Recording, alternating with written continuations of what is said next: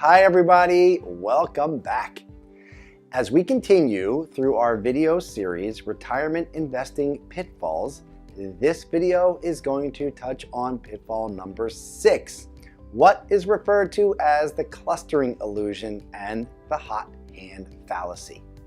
The clustering illusion is the belief that things happen in bunches or clusters and signifies something meaningful is happening versus the thought that the events are totally random. Let me explain. While many studies have shown that active mutual fund managers on average underperform broad indices such as the S&P 500, investors often still invest in fund managers who've beaten the S&P 500 recently on the assumption that they'll continue to do so.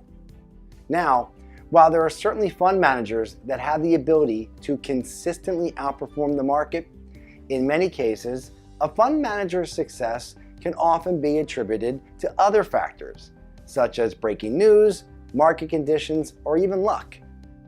Further, as these market conditions change, many of these managers wind up underperforming, which can turn out to be a very frustrating experience for investors. Given the challenge in determining whether a particular investment manager has enough skill and performance to make up for the fees being charged, most of our clients choose to use lower cost ETFs to help map out their investment strategy. The natural tendency to buy funds run by managers with good recent track records is often referred to as the hot hand fallacy. Now, to illustrate how this works, I want to use a basketball analogy. When players pass the ball to a certain player who has made a number of shots in a row recently, one would assume that this player is more likely to make the next shot. This is the hot hand fallacy at play.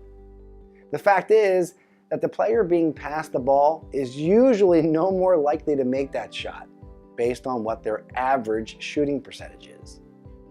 In my opinion, when building an investment portfolio, I think it's prudent to look at how a fund manager has performed over a longer period of time, like 10 years, for example.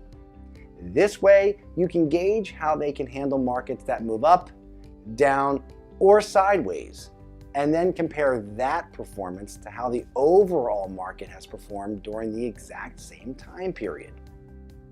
Also, when analyzing performance, be sure to look at the real return after deducting out the fund's internal management fees, just so you can see a truer picture. In our next video, I will look at the interesting pitfall of prospect theory. I hope you stay tuned.